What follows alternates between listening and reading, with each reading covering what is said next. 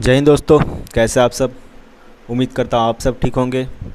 आज का जो वीडियो है ये मैंने यूपीएससी का ही सेम नेक्स्ट जो चैप्टर है बुद्धिज़्म एंड जैनिज़्म के बाद मॉडर्न एम्पायर, उससे रिलेटेड मैंने 10 एमसीक्यू क्वेश्चंस जो कि प्रीवियस ईयर में आ चुके हैं उसी को मैंने यहाँ पे पुट किया है एंड उसको मैंने यहाँ पे सॉल्व करके उसका कुछ थोड़ा बहुत एक्सप्लेनेशंस को भी यहाँ पे दे दिया है। उम्मीद करता हूँ ये वीडियो आपको पसंद आएगी। यदि आपको मेरा वीडियो पसंद आए प्लीज़ लाइक करिएगा, चैनल को सब्सक्राइब करना मत भूलिएगा और साथ ही साथ बेल आइकन को प्रेस ज़रूर करिएगा। तो चलिए अपने वीडियो को शुरू करते हैं। जो पहला क्वेश्चन है, in which of the following relief sculpture inscription Rayo Ashoka यानी कि king Ashoka mentioned along with the stone portrait of Ashoka, यानी कि कौन सा स्कल्पचर में राइनो अशोका यानी कि किंग अशोका का नाम को मेंशन किया गया है, कौन सा पोर्ट्रेट में, किस स्टोन में, कहाँ क्या। तो उसका जो आंसर होगा वो होगा ऑप्शन ए यानी कि कंगा नालही। ठीक है, इसमें इसे मेंशन किया गया है। यहाँ पे इसका एक्सप्लेनेशन छोटा सा दिया हुआ है कि Kanaganahalli is in Karnataka is the site with an inscription in Brahmi script reading Rayo Ashoka यानी कि king Ashoka and a sculpture of king Ashoka. Kanaganahalli ये कहाँ पर है? ये कर्नाटका में है। आपका कर्नाटका में एक साइट है जहाँ पे ब्राह्मणी स्क्रिप्ट में लिखा हुआ है। क्या लिखा हुआ है? राइनो अशोका। राइनो अशोका का मतलब होता है किंग अशोका। ठीक है, तो ये कहाँ पे है? कर्नाटका में कंगा नाहाली। ठीक है, आगे बढ़ते 2 नंबर क्वेश्चन की ओर। ये बोल रहा, who of the following has first dissipated the edict of emperor Ashoka, यानी कि अशोका का जो एम्पेरर है उसको सबसे पहले किसने डिपिक्ट किया था, मतलब पढ़ पाया था। तो उसका आंसर बहुत ईजी है, बहुत सारे क्वेश्चंस में आ भी चुका है। आप अगर रेलवे में या आप एसएससी का एग्ज़ाम भी देते होंगे तो उसमें भी आपको ऐसा क्वेश्चन मिलता ही होगा। इसका जो आंसर होगा ये होगा जेम्स प्रिंसेप, यानी कि ऑप्शन बी इसका सही आंसर होगा। ठीक है, James Prinsep was the first to decipher Ashoka's edict inscription in 1837। इन्होंने कब इसका पढ़ पाया था? तो इसका आंसर होगा 1837 में। ठीक है, क्या होगा? James Prinsep.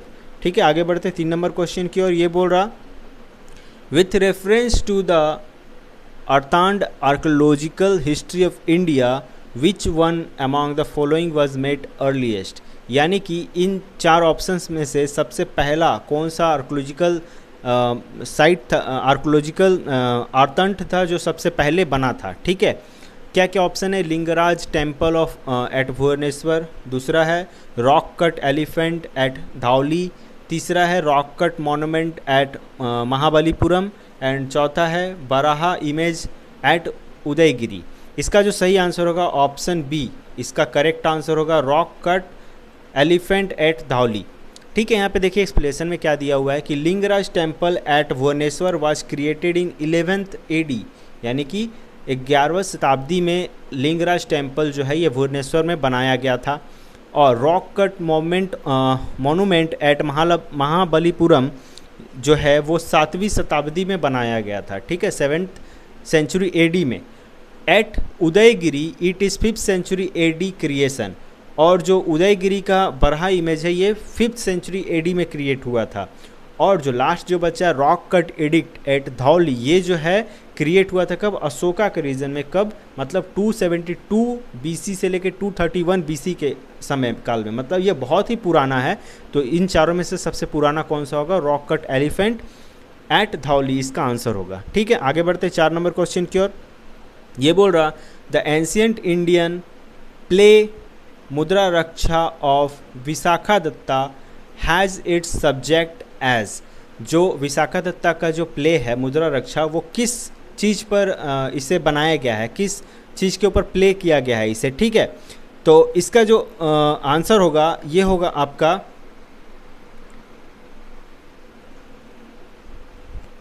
The court इंट्रीग्यूज at the time of Chandragupta Maurya, यानी कि ऑप्शन डी इसका सही आंसर होगा।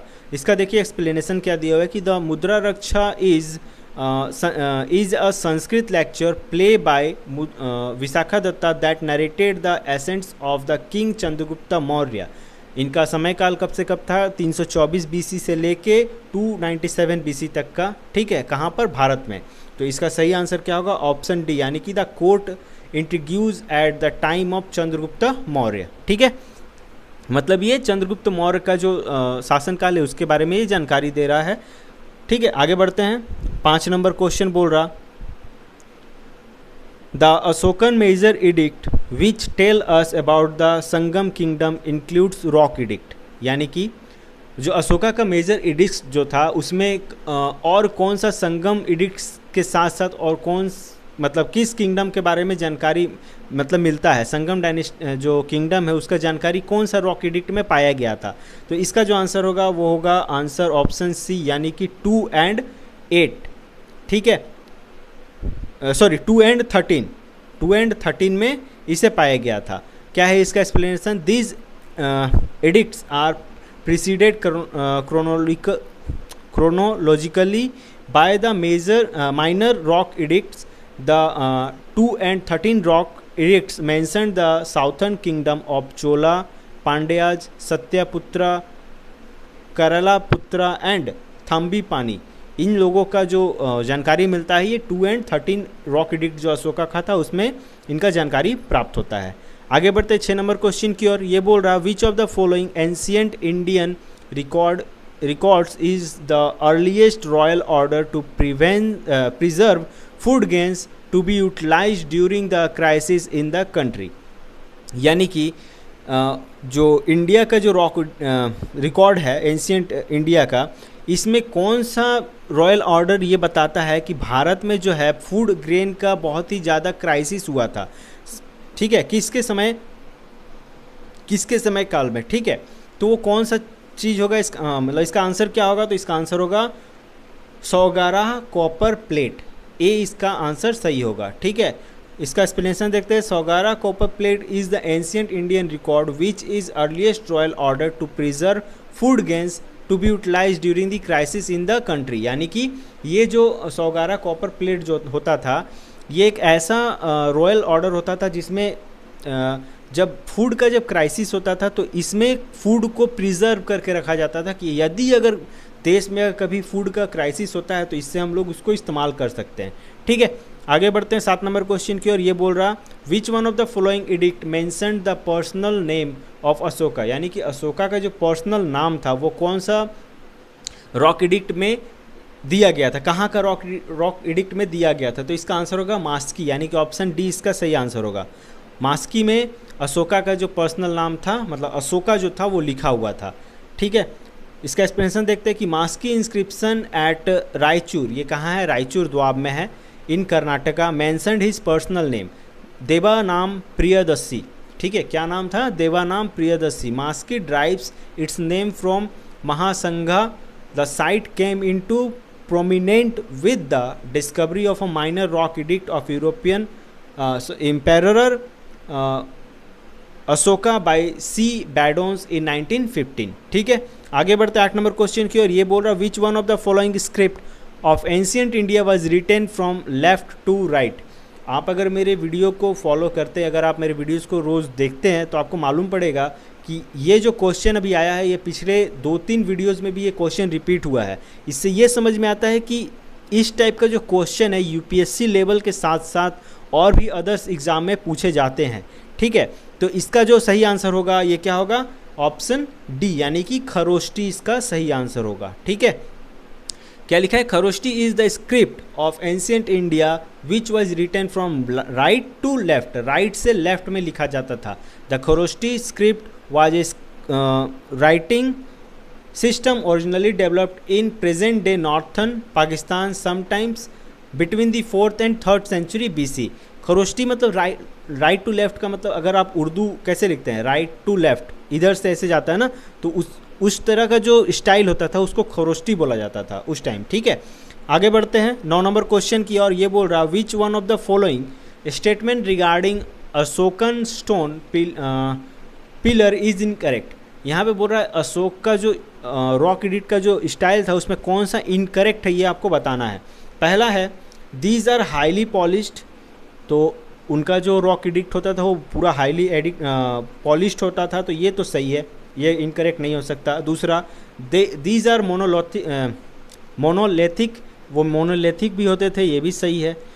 The shaft of pillars is tapering in shape, ये भी बिल्कुल सही है। लास्ट बोल रहा these are part of architectural structure, तो ये जो है ये आंसर गलत होगा, वो आर्किटेक्चरल स्ट्रक्चर में नहीं होते थे, इसीलिए इसका आंसर ये इनकरेक्ट हो जाएगा। ठीक है, आगे बढ़ते 10 नंबर क्वेश्चन की ओर।